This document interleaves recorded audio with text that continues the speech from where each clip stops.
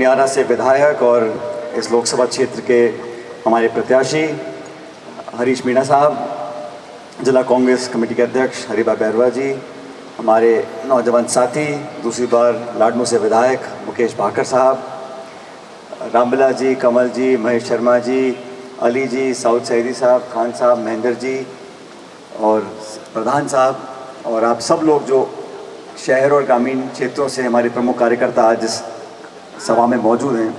साथियों, परसों वोट पड़ेगा 26 तारीख को।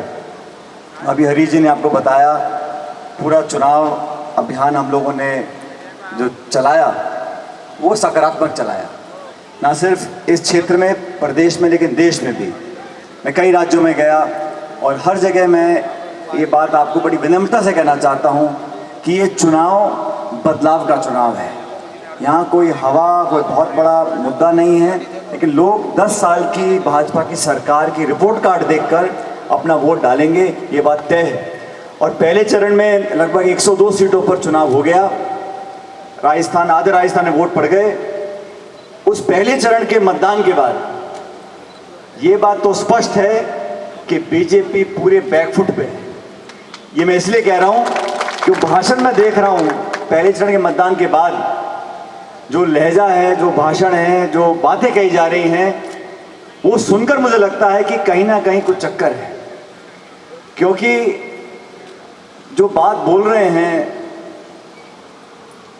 पहले बोलते थे लेकिन इतना प्रखर होकर नहीं बोलते थे कि हमारा पैसा लेके उनको दे दोगे, मंगलसूत्र और मुसलमान और मस्जिद और मंदिर और ये सब बातें जो हैं, अब वो विकसित भारत की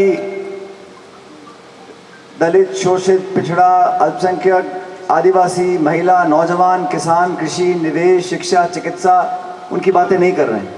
इसका मतलब है कि कहीं ना कहीं देश में जो सुगबुगाहट है बदलाव की, वो चरम पर आ गई है और आने वाले समय में ये लगातार और चरणों में भाजपा के खिलाफ वोट पड़ेगा। मैं कल केरला में था, उससे पहले उत्तराखंड, अलग अलग राज्यों में गया हूँ। मैं देख रहा हूँ कि जो इंडिया अलायंस का जो चुनाव है, अलग अलग दल हम सब साथ चुनाव लड़ रहे हैं, वो बहुत ताकत से आगे बढ़ रहा है। और इस चुनाव में हम लोगों को ध्यान देना पड़ेगा। जैसा हरीश जी ने कहा, कुछ लोग कोशिश करेंगे इस चुनाव को बांधने की, जाति में, गोत्र में, भाषा में, धर्म में, नारों में, लेकिन हमें शुद्ध रूप से काम और विकास की बात करनी चाहिए। हमारी पार्टी ने घोषणा करी है और पहली पार्टी है, और ये हर किसान परिवार को समझना पड़ेगा कि कांग्रेस वो इकलौता राजनीतिक दल है जिसने कहा सरकार बनने के बाद हम समर्थन मूल्य पर कानून बनाएंगे। कानून बनाना ये छोटी बात नहीं है। आज 10 साल तक बीजेपी नहीं कर पाई। हमने कहा हम रोजगार का कानून बनाएंगे। आज नरेगा चल रहा है गांव गांव में। तो कानून बनाने के लिए संकल्प शक्ति चाहिए, जो राहुल गांधी जी और खड़गे जी ने घोषणा करी है कि हम एमएसपी पे कानून बनाएंगे। 16 लाख करोड़ रुपए इस देश में चंद उद्योगपतियों के कर्जे माफ हो गए, पता ही नहीं पड़ता। बैंक से बैंक होता है, इलेक्ट्रॉनिक ट्रांसफर है। 16 लाख करोड़ रुपए चंद उद्योगपतियों के कर्जा माफ हो गए। हम लोग चाहते हैं कि गरीबों की मदद करें। तो सबसे गरीब परिवार है देश में, प्रत्येक परिवार को प्रतिवर्ष 1 लाख रुपए हम लोग देना चाहते हैं, ताकि गरीब के हाथ में पैसा आए। अपने बच्चों के हाथ पीले करने हैं, बच्चों को पढ़ाना है, तो गरीब के हाथ में पैसा नहीं आएगा तब तक देश विकसित देश नहीं आगे बढ़ सकता है। हम लोगों ने 30 लाख पद खाली पड़े हैं देश में, केंद्र सरकार की नौकरियां, उनको भरने का वादा किया है और कैलेंडर बनाया है। ये आश्वासन नहीं है, तारीख के साथ भर्तियां कब बढ़ेंगी, कितनी बढ़ेंगी, कैलेंडर हम लोग बना रहे हैं ताकि लोगों को पता पड़े। पारदर्शिता होनी चाहिए। महिलाओं को उसमें 50% आरक्षण मिलेगा नौकरियों के अंदर। तो किसान हो, नौजवान हो, हर वर्ग को हमने कुछ ना कुछ 5 साल के लिए अपना एक विजन देने का काम किया। हरी जी के मैं सभाएं कर रहा था पिछले हफ्ते, तो अच्छी सभाएं हमारी होगी माधोपुर की।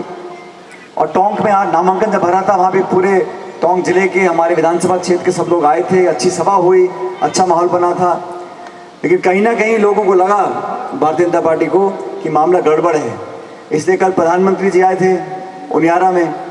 फिर हरी जी ने मुझे बात करी मेरे से। मैंने कहा जब वो आए रहे, अभी दौसा में चुनाव हुए थे, वहाँ प्रधानमंत्री, गृह मंत्री, योगी जी, राजनाथ जी, जितने सारे जी हैं वो सारे वहाँ पहुँच गए प्रचार करने के लिए। तो वहाँ जब सब कर आ लिए, फिर मैं आखिर में हम लोग 1-2 मीटिंग कर आए, और मैं आपको बड़ी विनम्रता से लेकिन बड़े आत्मविश्वास से बोल सकता हूँ कि दौसा लोकसभा क्षेत्र में कांग्रेस पार्टी भारी बहुमत से जीतने वाली है। वहाँ वोट पड़ चुके हैं, यहाँ वोट पड़ेंगे 26 तारीख को। और हरीश जी, हम सबके ऐसे उम्मीदवार हैं जिस सबकी हम सहमति थी हमारी दोनों जिलों की, माधोपुर के और टोंक की। तो आप लोगों से मेरा निवेदन है, जैसा मुकेश जी ने कहा, बहुत सही बात बोली, प्रचार हो गया, लोग समझ गए हैं मंशा, सोच, धारणा, काम करने का तरीका, और 10 साल देके देख लिया। ये वो सरकार है 10 साल सत्ता में रही, अब कह रहे 5 साल और दे दो, खुद के लिए 15 साल। और जो लड़के तैयारी कर फौज में जाना चाहते हैं, उनको कहा तुम अग्निवीर में जाओ और सिर्फ 4 साल। तो वो टावर जो वो तो 21 साल में रिटायर हो जाए, 4 साल में, और तुम 15 साल करो। और फिर बात कर रहे हैं 2047 की।